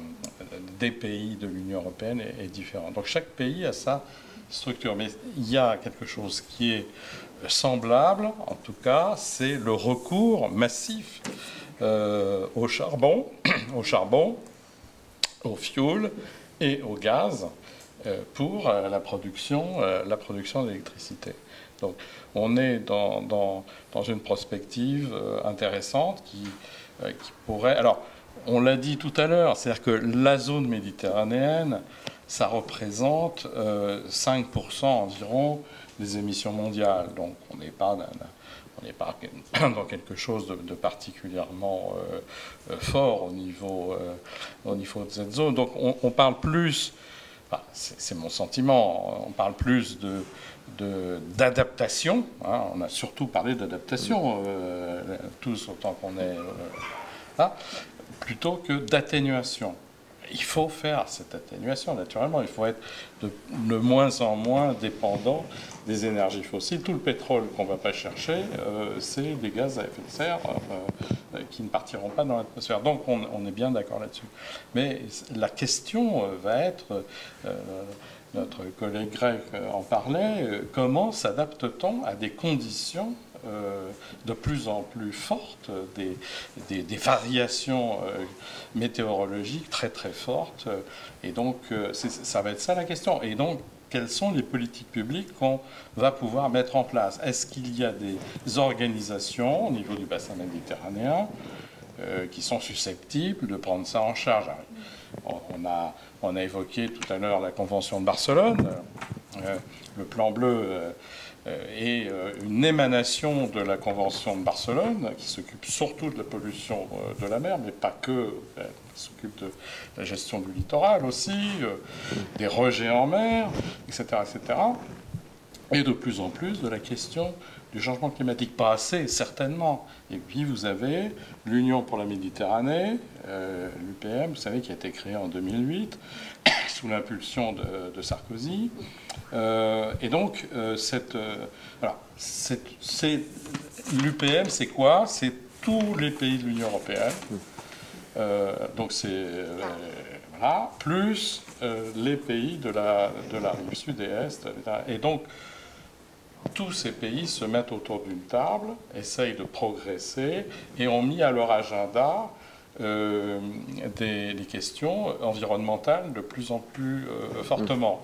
Alors c'est intéressant parce que l'UPM, elle draine des fonds communautaires, des fonds européens, vous voyez, et notamment une partie du Green Deal, du pacte vert proposé par la Commission, pourrait être utilisé, parce qu'on n'a pas parlé finances, mais une des réponses, on va y venir, ouais. c'est l'argent. Bon, je vous laisse, sinon je me tourne peut-être vers Yasmine Seguirat et Joël Guillaume, qui voulaient peut-être préciser certaines choses sur le sujet énergie renouvelable et adaptation, puisqu'on a commencé à aborder cette question. Enfin, je n'ai rien à rajouter, Thierry, à tous les chiffres. Je suis étonné de voir tout ce qui peut sortir comme chiffre, c'est très bien. Je voudrais juste faire un bémol par rapport à ce que vous avez dit. C'est que c'est pas parce que la Méditerranée n'émet que 6% des gaz à effet de serre mondiaux qu'elle n'a rien à faire. À ce moment-là, on laisse travailler uniquement les Chinois, les Américains et les Indiens, quoi. Puis voilà, donc je pense que c'est vraiment important que tout le monde, à son niveau, participe à l'atténuation et pas uniquement l'adaptation. Et justement, quelles peuvent être ces trajectoires de décarbonation sur la Méditerranée a quand même un potentiel énorme d'énergie renouvelable, avec le solaire en particulier. Et le Maroc a fait beaucoup d'efforts avec Nour. Et, à mon avis, il y a encore possibilité de faire beaucoup plus. Mais en même temps, c'est aussi l'Algérie qui a du gaz et donc qui aura du mal à faire sa transition énergétique parce qu'elle a beaucoup d'argent en fait dans son sous-sol. Donc il y a vraiment un gros paradoxe que des pays qui sont à la fois émetteurs parce qu'ils utilisent beaucoup d'énergie fossile ont énormément de potentialités qu'ils n'utilisent pas encore. Et donc il faut qu'on arrive à pousser dans cette direction-là. On est en train de dire que les investissements qui sont faits par la Turquie, l'Égypte pour aller chercher du gaz en Méditerranée pourraient être mieux alloués sur la transition écologique. C'est un vrai problème, effectivement, oui. En plus, qu'on voit que ça donne des problèmes géopolitiques, ça ne va rien arranger, effectivement, oui. Yasmine Ok, parfait. Oui, mais... Est-ce que, n'hésitez pas aussi, si vous voulez réagir du côté de la Grèce. Oui, moi je voudrais bien dire quelque chose là-dessus. Allez-y, la transition vers les énergies renouvelables, c'est une transition politique d'abord. Si on parle seulement en chiffres et souhaits écologiques, c'est bien, mais d'abord le dirigeant ne veut pas, parce que ça leur coûte. Et pourquoi ça leur coûte? Parce que les gens ne sont pas convaincus. Pourquoi ils ne sont pas convaincus? Parce qu'ils ne connaissent pas exactement ce qui se passe aujourd'hui. Et ça, c'est un problème aussi du mouvement écologique qu'il faut discuter à un moment ou à un autre. Comment il fonctionne dans la société, entre la société civile et la politique. Ça, c'est une chose. Deuxième chose, je voudrais vous donner un exemple. Pendant les incendies en Grèce, il y avait diverses théories de complot. D'abord, c'était comme tous les ans, ce sont l'État profond qui veut déstabiliser la démocratie. Ça c'est très vieux et ça revient tous les ans. C'est aussi les Turcs qui sont venus aussi mettre le feu pour déstabiliser le pays également. Mais là, pour la première fois, on a une autre déstabilisation du pays. Ce sont les grandes compagnies qui vendent les turbines éoliennes, qui veulent les installer sur les montagnes, et c'est pour ça alors qu'on met des incendies. Et je vous assure, il y a des gens qui croyaient, surtout les gens qui croient aussi que nous mettons des chips électroniques dans le piqûre des vaccins. Alors Donc ça existe aussi et il faut l'adresser. On ne peut pas dire aux gens que vous n'êtes pas éduqués ou vous êtes idiots, il faut expliquer. Il faut avoir la parole avant. Et troisième chose que j'aimerais bien vous dire, c'est que oui, les coûts politiques, les coûts économiques de la transition, c'est énorme. La Grèce vient de fermer, un autre exemple alors, vient de fermer ces unités de production de charbon pour l'électricité. C'était les 2 unités les plus grandes du pays qui ont donné l'électricité dans le pays pendant plus de 50 ans, presque depuis le début. Il y avait des villes entières qui vivaient de cette industrie-là, qui était parmi les plus rares en Grèce. On sortait le charbon de la terre et on alimentait les usines productrices d'électricité. Alors, comment peut-on expliquer dans des villes entières qu'il n'y aura plus de travail là-bas? Il faut d'abord trouver du travail à ces gens et puis faire la transition. Parce que maintenant, c'est la galère, les gens sont restés sans travail. C'est vrai que la pollution là-bas avait atteint des niveaux extraordinaires. C'est vrai qu'il ne faut plus miser sur le charbon. C'est vrai aussi que en plus, quand les usines sont vieilles, le réacteur, le cœur qui produit l'électricité devient dangereuse, très polluante. Tout ça est vrai. Mais c'est ça nos arguments envers les gens qui perdent leur travail. Voilà, donc il faut discuter de tout ça. Ce que vous dites est très juste sur la question de l'emploi. Et on parlait tout à l'heure d'agriculture et d'alimentation. Si on a moins, ou de tourisme, si on a moins de ce genre d'activité, s'il y a moins de possibilités de mettre en culture, ça veut dire potentiellement des migrations d'abord vers les villes, qui sont déjà soumises à une forte pression, notamment au sud de la Méditerranée ou à l'est, et potentiellement aussi des migrations plus lointaines. On peut faire les murs qu'on veut, la Méditerranée a été franchie, elle sera encore franchie dans le futur. Je me tourne vers la salle si vous avez d'autres questions. Oui, allez-y monsieur. Ah oui. Si je peux me permettre, j'avais aussi une question ou plutôt un commentaire sur ce qui avait été dit plus tôt sur les pays producteurs, notamment dans la zone méditerranéenne. C'est vrai que comme les choses se présentent aujourd'hui, ils n'ont pas forcément un sentiment d'urgence par rapport au fait d'agir ou pas, mais il y a la dimension économique qu'il faudrait peut-être prendre en compte. C'est-à-dire qu'un pays comme l'Algérie, par exemple, grand producteur de gaz, a aujourd'hui les moyens d'opérer une transition peut-être moins douloureuse que d'autres pays. Pour moi, pour 2 raisons. La première, c'est qu'il y a des secteurs porteurs, par exemple, comme ce qu'on appelle aujourd'hui l'hydrogène bleu, puis vert, même si on est encore à des stades un peu précoces. C'est un secteur aujourd'hui qui demandera beaucoup de gaz naturel, par exemple, ressources dont disposent ces pays à un coût bas. Et aussi, de toute manière, à long terme, opérer une transition les rendra beaucoup moins vulnérables à tout ce qui a été volatilité des cours du baril ou autre.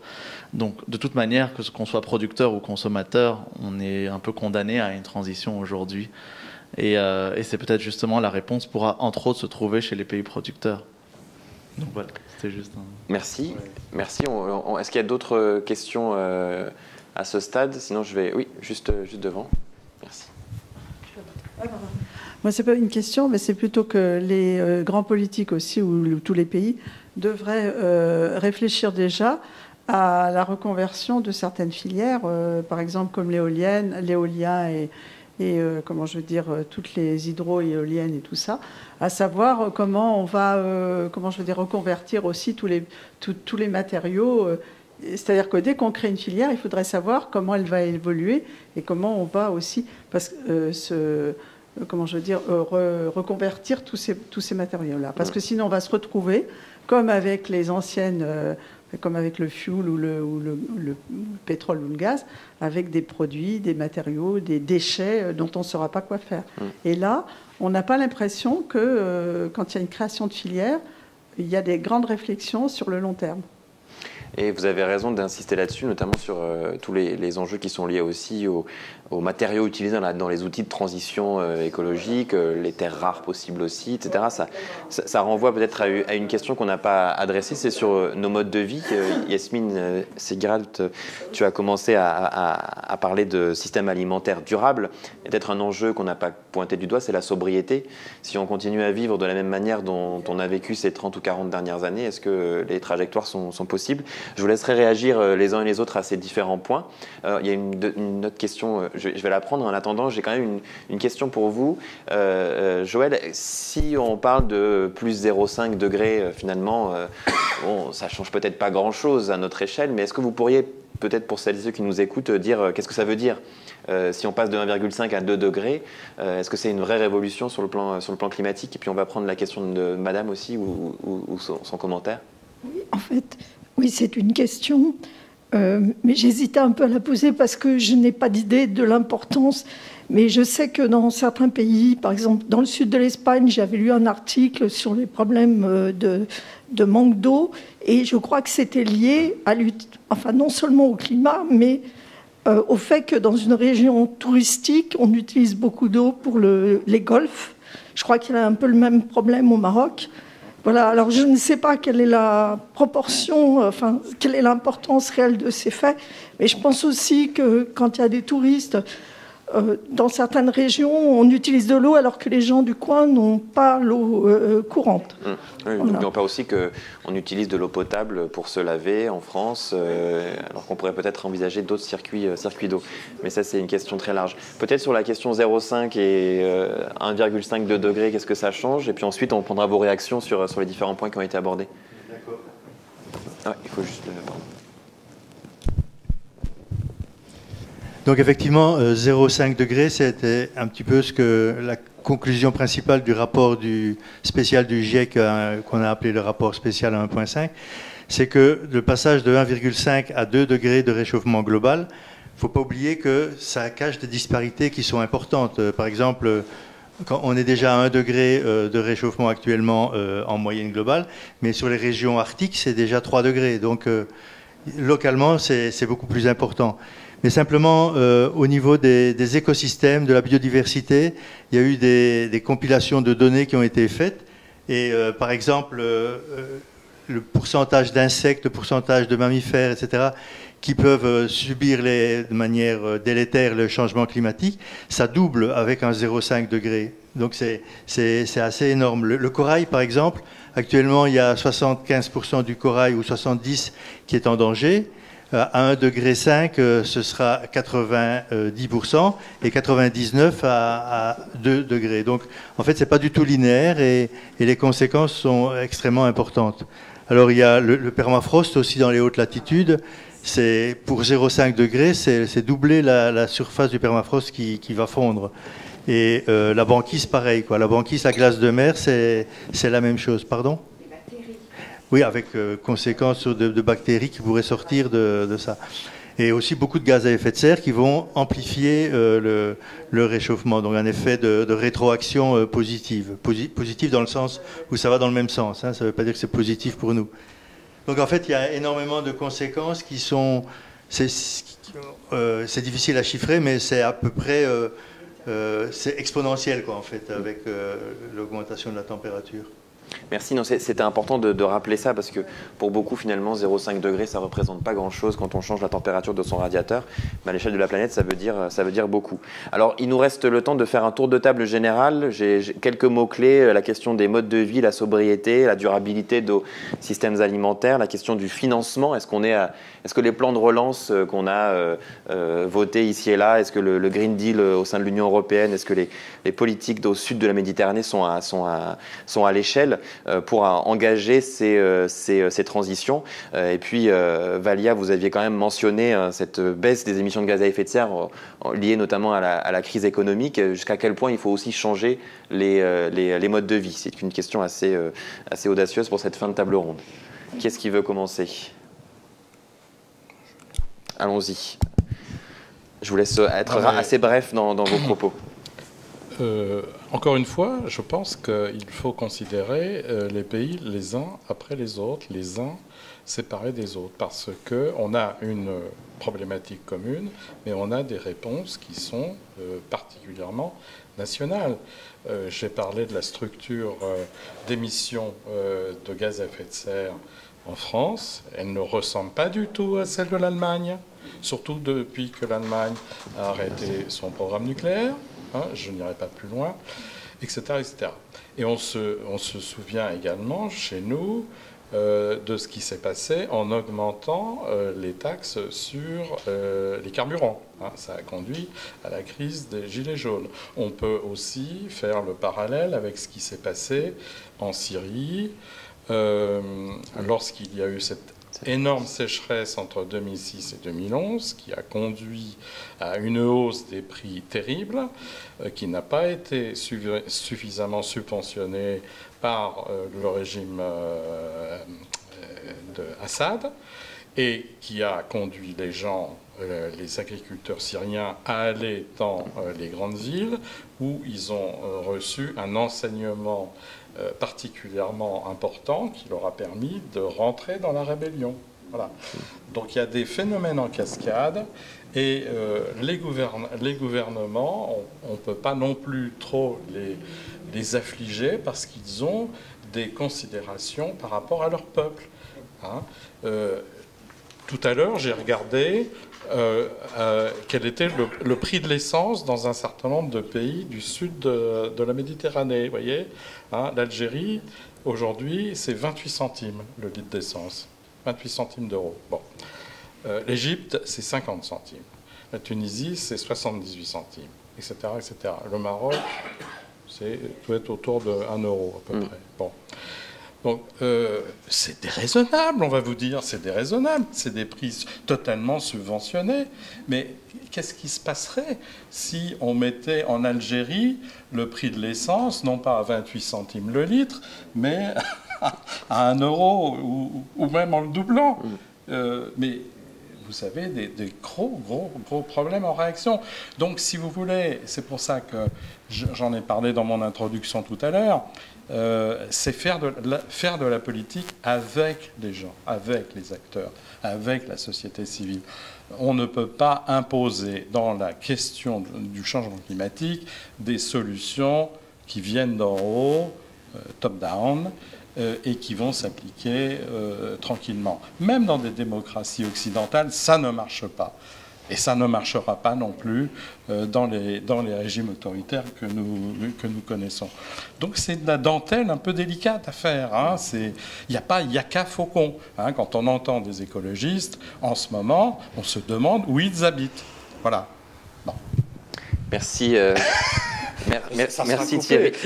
Ah non, ce sera bien conservé. Là-dessus, il n'y a aucun doute. Valia, est-ce que vous voulez réagir à ces différents points qu'on a commencé à noter? On n'a pas parlé D'abord, je suis tout à fait d'accord avec Thierry. D'ailleurs, j'ai dit plus ou moins tout à l'heure. Alors, moi, je suis contente parce qu'il y a une jeune génération qui arrive et qui est beaucoup plus consciente des questions écologiques. Ils n'aiment pas trop prendre la voiture quand ils peuvent, bien sûr, parce que, comme disait Thierry, alors, on ne peut pas avoir de mesures toutes faites parce que un gamin qui habite une île grecque, par exemple, il a bien aimé, il a beau aimer le vélo, il ne peut pas venir à vélo à Athènes. Il prend un bateau, et le bateau, ça consomme beaucoup d'essence. Et ça ne peut pas marcher autrement. On peut pas retourner quand même en bateau de voile. Je veux dire, c'est pas possible. Alors, les transports, c'est une question très importante. Le mode de vie, c'est une question importante, mais pas aussi importante. Si on veut faire, par exemple, le recyclage, mais si les produits qu'on achète n'ont pas de packaging recyclable, qu'est-ce qu'on peut faire? Il faut faire des efforts de tous les côtés. Les gens aussi, mais moi je pense que les gens sont tout à fait partants de faire des choses. Ce sont les grandes entreprises qui ne sont pas partantes. Et en plein milieu, comme disait Thierry, ce sont les écologistes. Voilà, donc... Merci. Merci. Je propose peut-être de juste laisser le mot de la fin à Yasmine, un mot qui sera forcément un peu plus long qu'un seul mot, mais en tout cas sur peut-être la question de la durabilité des systèmes alimentaires, puisque c'est un sujet que vous travaillez aussi. Oui, c'est clairement le sujet. Donc, comment on peut contribuer aujourd'hui à faire que nos systèmes alimentaires, donc c'est-à-dire nos modes de production, nos modes de consommation soient plus durables. Et alors aussi, on travaille beaucoup sur la dimension méditerranéenne. Et quand on veut intégrer la question des changements climatiques, c'est justement donc remettre en question ces modes de consommation, ces modes de production, donc aller vers plus de sobriété, aller vers plus de pratiques respectueuses du sol et du climat. Et je pense que la crise du Covid, elle a été particulièrement intéressante puisque ça a vraiment fait prendre conscience à beaucoup de personnes qu'on était très très vulnérables du point de vue de la sécurité alimentaire. On a tous eu une panique quand on a eu peur d'avoir des pénuries. On a aussi vu à quel point la manière de consommer à l'échelle mondiale était vraiment disproportionnée. Et on va vers un retour, en tout cas il y a un intérêt très très fort sur les produits du terroir, sur des productions locales, sur des circuits courts. Et tout ça, ça participe, c'est un élément de réponse sur lequel on est amené à travailler davantage et qu'on soutient. Il y a aussi une dimension très importante, c'est que même quand on parle de système alimentaire durable, qu'on parle de plus de responsabilité, plus d'inclusion, donc mettre tout le monde autour de la table, c'est pas simple. C'est pas simple parce que le temps politique, c'est pas le temps du business, c'est pas le temps des chercheurs et c'est pas le temps des consommateurs. Je pense qu'on l'a tous dit à différents niveaux et il faut trouver les solutions qui vont au cas par cas être efficaces. Il faut faire preuve de pragmatisme. Et juste pour, peut-être si j'ai le mot de la fin, la CECA, l'Europe, elle s'est construite sur la CECA. C'était autour du charbon.